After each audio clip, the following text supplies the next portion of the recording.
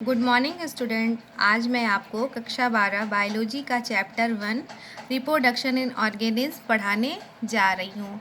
इसके पहले के वीडियो में हम लोगों ने अलैंगिक जनन की विधियों के बारे में पढ़ा। फिर उसके बाद हम लोगों ने पौधों में कायिक जनन के बारे में पढ़ा। फिर पौधों में कायिक जनन की दो विधियाँ हम लोगों ने पढ़ा था, प्राकृतिक कायिक जनन और कृत्रिम कायिक जनन। प्राकृतिक कायिक जनन की विधियों में जड़ों द्वारा, तनों द्वारा, पत्र प्रकलिकाओं द्वारा और पत्तियों द्वारा जनन हम लोगों ने कल डिटेल में पढ़ा। आज हम लोगों को पौधों में कृत्रिम कायिक प्रवर्धन या कृत्रिम कायिक जनन के बारे में पढ़ना है। यहाँ पर कुछ कृत्रिम कायिक जनन की विधियाँ दी हुई हैं, जिसमें पहली है कलम लगाना, जिसे हम इंग्लिश में कटिंग बोलते हैं। दूसरा रोपड़ या पैबंद, ग्राफ्टिंग। तीसरा है शाखा बंधन या अंतःचापन, इनार्चिंग। चौथा जो मेथड है वो कली लगाना, बडिंग।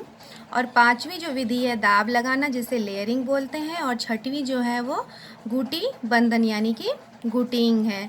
तो इसमें से कुछ विधियाँ जैसे कि कलम लगाना, दूसरी रोपड़ और तीसरी पांचवी जो मेथड है दाब लगाना, इसको हम डिटेल में पढ़ेंगे। तो जैसा कि यहाँ पे नाम है कृत्रिम मेथड का मतलब मानव के द्वारा जो पौधों में जनन कराया जाए वो क्या कहलाता है? कृत्रिम कायिक प्रवर्धन। आइए अब हम कृत्रिम कायिक प्रवर्धन को विस्तार में समझते हैं। तो कृत्रिम कायिक प्रवर्धन क्या है? Artificial veggie propagation. पौधों में स्वयं मानव द्वारा कृत्रिम रीति से किए गए कायिक प्रवर्धन को कायिक प्रवर्धन कहते हैं। पौधों में स्वयं मानव मतलब मानव के द्वारा कृत्रिम विधियों द्वारा जो कायिक प्रवर्धन कराया जाता है वो कृत्रिम कायिक प्रवर्धन कहलाता है। इसमें मात्र पौधे के शरीर से विशेष विधियों द्वारा एक अंश अलग कर लिया जाता है और फिर इसे स्वतंत्र रूप से भूमि में उगाया जाता है। इस विधि में क्या किया जाता है कि मात्र पौधे से पौधे का कोई एक भाग अलग कर दिया जाता है, फिर इसे भूमि में उगाकर स्वतंत्र रूप से एक नया पौधा प्राप्त किया जाता है। तो इसमें कायिक कृत्रिम प्रवर्धन की कुछ विधियां इस प्रकार हैं, जिसमें पहली विधि है कलम लगाना, जिसको इंग्लिश में हम कटिंग बोलते हैं। इस विधि को हम लोग अपने घरों में माली वगैरह करते हैं, जिसको हम कटिंग बोलते हैं। इसमें कौन कौन से पौधे कलम द्वारा लगाए जाते हैं? तो पहला है गुलाब, गुड़हल, गन्ना, क्रोटन, नींबू आदि पौधे इस विधि द्वारा उगाए जाते हैं। तो कलम से क्या मतलब है? कलम से क्या मतलब है? जैसे कोई तना हो, उसको हम कलम का शेप दे दें यानी नुकीला कर दें, उसी को हम कलम कहते हैं। तो इसको आप देखिए, कलम से अभिप्राय कक्षस कलिकाओं युक्त तने के टुकड़े से है। इस विधि में स्वस्थ तनों या शाखाओं के 20 से 30 सेंटीमीटर लंबे टुकड़े काटकर अनुकूल वातावरण में भूमि में आधे गाड़ दिए जाते हैं। कुछ समय पश्चात भूमिगत भाग की पर्व संधियों से अपस्थानिक जड़ें निकलती हैं तथा इसी स्थान से कक्षस कलिकाएं विकसित होती हैं, जो वृद्धि कर नए पौधे को जन्म देती हैं। इसको हम चित्र से समझते हैं। यहाँ पे हमने जैसे लिया है ये फिगर, ये गुलाब का तना है। इसमें ऐसा एक तना हमने लिया है जिसमें कक्षस कलिकाएं और पौधे की कुछ शाखाएं युक्त रहती हैं। इसको जो इसका नीचे का जो भाग है उसको हम पॉइंटेड कर देते हैं कलम के शेप में और इसको भूमि में हम तिरछा गाड़ देते हैं। फिर इस तने से जब अनुकूल परिस्थितियाँ आती, जैसे बरसात का मौसम आता है, तो इससे ये जो कक्षस कलिकाएं होती हैं वो विकसित होकर यहाँ पर एक नए टहनी या बोल सकते हैं शाखा के रूप में विकसित होती हैं और नीचे के जो भाग हैं वहाँ से अपस्थानिक जड़ें निकलती हैं। फिर ये इनको हम कहीं और अगर रोपित करते हैं तो फिर इनसे एक नया पौधा बन जाता है। तो ये जो विधि है ये गुलाब में कलम लगाने की विधि है। इस विधि द्वारा, कलम लगाने की विधि द्वारा गन्ने की भी खेती की जाती है और गुड़हल की खेती की जाती है। नींबू आदि पौधों में इस तरह की विधि यूज़ की जाती है। इसमें ये ध्यान देना है कि इस तरह की विधि में पौधों को निरंतर पानी की आवश्यकता होती, यानी ये जो पौधे लगाए जाते हैं वो बरसात के दिनों में जब लगाए जाते हैं तो ये जल्दी ही पनप जाते हैं। ठीक है। तो अब हमें दूसरी विधि पढ़नी है, आप हमें लेयरिंग यानी कि दाब लगाना। हम इसमें से कुछ ही मेथड को पढ़ेंगे, ठीक है। तो जो हमारी दूसरी विधि है वो दाब लगाना है, जिसे हम इंग्लिश में लेयरिंग कहते हैं। तो इस विधि में हम कई पौधे हैं, जैसे चमेली है, बेला है, नींबू, इन पौधों को लगाते हैं। तो आइए देखते हैं कि दाब लगाना क्या है। इस विधि में पौधे की भूमि के निकट वाली शाखा, जहाँ भूमि को छूती है, वहाँ पर इसकी छाल चाकू से हटा देते हैं। अब इस शाखा को नीचे झुकाकर भूमि के अंदर लकड़ी की पिन द्वारा इस प्रकार दबाते हैं कि कटा भाग भूमि के अंदर रहे। भूमि के इस भाग को बराबर सींचते रहना चाहिए। कुछ दिनों पश्चात कटे भाग से अपस्थानिक जड़ें निकल जाती हैं। अब इस शाखा को इसके मात्र पौधे से काटकर अलग कर देते हैं। इस प्रकार एक नया पौधा बनकर तैयार हो जाता है। जैसे हमने यहाँ एक पौधा लिया है, इस पौधे में ये एक मेन स्टेम यानी कि मुख्य तना ये दिखाई दे रहा है और उससे ये शाखाएं निकली हुई हैं। तो ये जो शाखा होती है, ब्रांचेस हैं, उनको हम भूमि में ले जाकर लकड़ी की पिनों द्वारा दबा देते हैं और जहाँ पे ये दबाते हैं वहाँ की छाल को थोड़ा सा हम हटा देते हैं। फिर क्या होता है, भूमि में दबाने के बाद कुछ समय पश्चात जो भाग भूमि में दबा रहता है वहाँ से अपस्थानिक जड़ें निकलना शुरू हो जाती हैं और ऊपर के भाग से यंग प्लांट या नई कलिका बनना विकसित हो जाती है। फिर इस पार्ट से अगर हम पौधे से अलग कर दें और इस पौधे को किसी दूसरी जगह जाकर रोप देते हैं तो उससे एक हमें नया पौधा प्राप्त होता है। तो ये तो हो गई दाब लगाने की विधि। इस विधि द्वारा सेब, चमेली, नींबू, बेला आदि के पौधे लगाए जाते हैं, ठीक है। अब हमारा जो तीसरा मेथड है वो है रोपड़ या पैबंद लगाना। पैबंद लगाना मतलब किसी के ऊपर दूसरी चीज़ को रख देना, ठीक है। तो उसको इंग्लिश में हम ग्राफ्टिंग कहते हैं। तो इसमें क्या होता है, किसी जड़ सहित पौधे के कटे हुए तने पर किसी दूसरे पौधे के तने उगाने की विधि को रोपड़ कहते हैं। यानी किसी जड़ सहित पौधे के कटे हुए तने पर किसी दूसरे पौधे के तने को हम जब लगा देते हैं तो उसको हम रोपड़ या पैबंद कहते हैं। इसमें क्या होता है कि पौधे का जो नीचे वाला भाग होता है वो घटिया किस्म का होता है और जो ऊपर वाला भाग होता है वो अच्छी नस्ल का पौधा होता है, क्योंकि जो ऊपर का भाग होता है, ऊपर के ही भाग पे फल और फूल लगते हैं।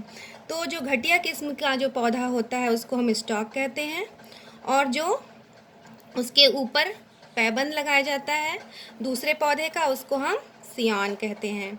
जैसा आप ये चित्र में देखिए, इसमें जो नीचे वाला तना है वो किसी घटिया किस्म के पौधे का तना है और उसके ऊपर किसी अच्छे नस्ल के पौधे का हम कलम लगा रहे हैं। इसमें क्या हुआ है, जो नीचे का पौधा है उसको वी शेप दे रहे हैं और उसी के ऊपर एक जो दूसरा तना है उसको हम उसके उल्टी दिशा में कट करके यहाँ पर इस तरह से जोड़ देते हैं।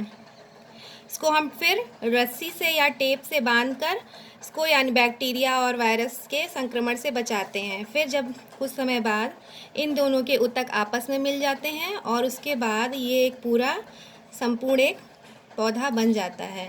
तो ये हमारा क्या मेथड था, रोपड़ या पैबंद लगाना। ये हम देखिए गुलाब में करते हैं। जो हमें मार्केट में जो गुलाब मिलते हैं कई वैरायटी के, उसमें ये विधि लगाई जाती है। आपने देखा होगा हम जब गुलाब लगाते हैं 1 साल 2 साल तक तो उसमें फूल अच्छे आते हैं, लेकिन कुछ समय बाद वो जो पौधा है वो झाड़ी नुमा बन जाता है। ऐसा इसलिए है कि जब हम गुलाब की कटिंग करते जाते हैं तो जो ऊपर की जो अच्छी नस्ल है वो धीरे धीरे कटती चली जाती है और बाद में क्या होता है, जो नीचे की घटिया नस्ल होती है पौधे की वही बढ़ जाती है, जिससे वो पौधा झाड़ी नुमा हो जाता है और उसमें फूल आना बंद हो जाते हैं। तो ये थी हमारी ये 3 जो विधियाँ थी वो कृत्रिम कायिक प्रवर्धन के बारे में थी, ठीक है। अब हमें पढ़ना है एक बहुत मुख्य टॉपिक है पौधों में, इसको हम बोलते हैं सूक्ष्म प्रवर्धन। सूक्ष्म प्रवर्धन को हम इंग्लिश में माइक्रो प्रोपेगेशन बोलते हैं। सूक्ष्म प्रवर्धन आपके एग्ज़ाम का ये बहुत ही इम्पॉर्टेंट टॉपिक है। ये शॉर्ट नोट में भी अक्सर ये पूछा जाता है। तो सूक्ष्म प्रवर्धन जैसे कि कायिक प्रजनन की विधियां थी, उसी प्रकार से ये सूक्ष्म प्रवर्धन की जो विधि है ये उन्नत किस्म की विधि है जो उन्नत कृषि में आजकल काम आती है। इसमें कम समय में ज़्यादा से ज़्यादा पौधों को विकसित किया जाता है। ठीक है, तो हमें जानना है कि सूक्ष्म प्रवर्धन क्या है। पौधे की कोशिका या पादप ऊतक, प्लांट टिश्यू या पौधे के अन्य छोटे भाग से प्रयोगशाला में कृत्रिम पोषण माध्यम तथा नियंत्रित वातावरण जैसे कि प्रकाश, ताप, आर्द्रता में टेस्ट ट्यूब या कंटेनर में नए पौधे को विकसित करने की प्रक्रिया को सूक्ष्म प्रवर्धन कहते हैं। यानी इस विधि में हम क्या करते हैं कि किसी पौधे की हम छोटा भाग जैसे कोशिका या पादप ऊतक को लेते हैं, फिर उसको हम प्रयोगशाला में कृत्रिम पोषण माध्यम में एक नियंत्रित वातावरण के अंदर जैसे कि प्रकाश, ताप और आर्द्रता, मतलब हमें पता है कि पौधे को विकसित होने के लिए प्रकाश चाहिए, ताप चाहिए और नमी चाहिए। तो कृत्रिम पोषण माध्यम और नियंत्रित वातावरण में उस पौधे को जो हम टिश्यू को लेते हैं और उसे किसी टेस्ट ट्यूब या बीकर में रखकर नए पौधे को विकसित करते हैं, और यही हमारा क्या कहलाता है, सूक्ष्म प्रवर्धन। तो माइक्रो प्रोपेगेशन या सूक्ष्म प्रवर्धन की प्रक्रिया जो होती है वो 4 स्टेप में होती है। कितने में होती है? 4 स्टेप में। तो पहला स्टेप क्या होता है? स्टेप 1 में सबसे पहले पादप ऊतक को कृत्रिम पोषण माध्यम में रखकर वृद्धि कराते हैं। स्टेप 1 में क्या करते हैं, हम किसी पौधे का कोई छोटा सा पार्ट लिए, जैसे पादप ऊतक को लिए और उसको कृत्रिम पोषण माध्यम में हम रखकर वृद्धि कराते हैं। इससे कोशिकाओं का वृहद समूह बन जाता है जिसे कैलस कहते हैं। फिर इसमें सभी कोशिकाएं समान होती हैं। स्टेप 2 क्या है? दूसरे पद में कैलस से हार्मोन युक्त पोषण माध्यम में तने व शाखा के विकास को प्रोत्साहित किया जाता है। दूसरे स्टेप में हम पोषण युक्त माध्यम से निकालकर हम हार्मोन युक्त पोषण माध्यम में रखते हैं और तने व शाखा को प्रोत्साहित करते हैं। हमने 10th क्लास में पढ़ा है कि कुछ पादप हार्मोन्स होते हैं जैसे ऑक्सिन और जिब्रेलिन। तो ऑक्सिन और जिब्रेलिन का कार्य हमने पढ़ा है कि ये जड़ और तने के विकास, कोशिका विभाजन में सहायक होती है। इसलिए यहाँ कह रहा है कि पौधे के जो पादप ऊतक होते हैं उसको हम हार्मोन युक्त पोषण माध्यम में रखते हैं जिससे कि तने व शाखा के विकास को हम प्रोत्साहित कराते हैं। फिर हमारा स्टेप 3 है कि पोषण माध्यम से शाखाओं को अलग करके परिवर्तित पोषण माध्यम में स्थानांतरित किया जाता है। अब जैसे जहाँ मूल का विकास कराकर नए पौधे का निर्माण किया जाता है। ठीक, तो पोषण माध्यम में हमने रखा था हार्मोन युक्त, उसमें हमारी शाखाएं विकसित हुई। अब उन सारी शाखाओं युक्त पौधे को हम अलग एक परिवर्तित पोषण माध्यम में रखते हैं जहाँ पर उनसे मूल यानी जड़ों के विकास को कराया जाता है और उससे नए पौधे का निर्माण करते हैं। अब स्टेप 4 क्या है कि पोषण माध्यम से नए विकसित पौधों को निकालकर गमले में या खेत में रोपित करते हैं। ये स्टेप बहुत इजी है, इसको हम अब चित्र से देखते हैं। जैसे हमने देखिए यहाँ पे एक पौधा लिया है, इसके किसी भी भाग से, जैसे इसके मेन तने से या इसकी शाखा से कुछ हम पादप ऊतक लेते हैं और उसको हम कृत्रिम पोषण माध्यम में रखते हैं। तो हमें जानना है कि ऊतक क्या होते हैं। ऊतक क्या होते हैं? कोशिकाओं का एक समान कोशिकाओं का समूह होते हैं, या हम ये कह सकते हैं कि समान संरचना एवं समान कार्य वाले कोशिकाओं के समूह को हम ऊतक कहते हैं। तो पौधे के किसी भाग से हमने ऊतक लिया और उसको कृत्रिम पोषक माध्यम में रखा। कृत्रिम पोषक माध्यम मतलब पौधे को जो भी विकसित होने के लिए पोषक पदार्थों की आवश्यकता होती है उसको हम कृत्रिम पोषक माध्यम कहते हैं। जैसे उसमें हो सकता है आपका नाइट्रोजन, फास्फोरस, अमीनो अम्ल इत्यादि। ठीक है, तो वो पादप ऊतक फिर से डिवाइड होकर एक बड़े से मास के रूप में विकसित होते हैं जिसे हम कैलस कहते हैं। अब इन कैलस को हम कृत्रिम पोषण माध्यम से निकालकर स्टेप 2 में हार्मोन युक्त पोषण माध्यम में रखते हैं। वो हार्मोन युक्त पोषण माध्यम क्या हो सकते हैं? ऑक्सिन हो सकता है, जिब्रेलिन हो सकता है और साइटोकाइनिन इत्यादि, ये सब हार्मोन हो सकते हैं। तो इन हार्मोन में रखने के बाद इन कैलस से नई नई शाखाओं का विकास होता है। फिर इन नई शाखाओं युक्त पौधों को हम स्टेप 3 में परिवर्तित पोषक माध्यम वाले किसी कंटेनर में रखते हैं जिसमें जड़ों के विकास को प्रोत्साहित। अभी तो शाखाएं बन गई, लेकिन एक पूर्ण पौधा बनने के लिए इसमें जड़ों का भी होना आवश्यक है। तो इस पोषण माध्यम में हम जड़ों के विकास को प्रोत्साहित करते हैं। और स्टेप 4 में हमें इन पौधों को जहाँ कहीं लगाना, जैसे गमले में लगाना है, किसी पार्क में लगाना है या कहीं खेत में लगाना है, तो इन पौधों को हम अलग अलग करके गमलों में, खेतों में आदि में लगा सकते हैं। तो सूक्ष्म प्रवर्धन की जो स्टेप थी वो 4 स्टेप थी। स्टेप 1, स्टेप 2, स्टेप 3 और स्टेप 4। ये बहुत ही सरल मेथड है और ये आजकल उन्नत किस्म की खेती में ये प्रयोग किए जाते हैं। तो आज के लिए इतना ही। ये टॉपिक आपका पौधों में कायिक जनन ख़त्म होता है।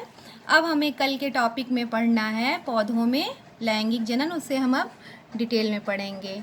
तो आज के लिए इतना ही। Thank you.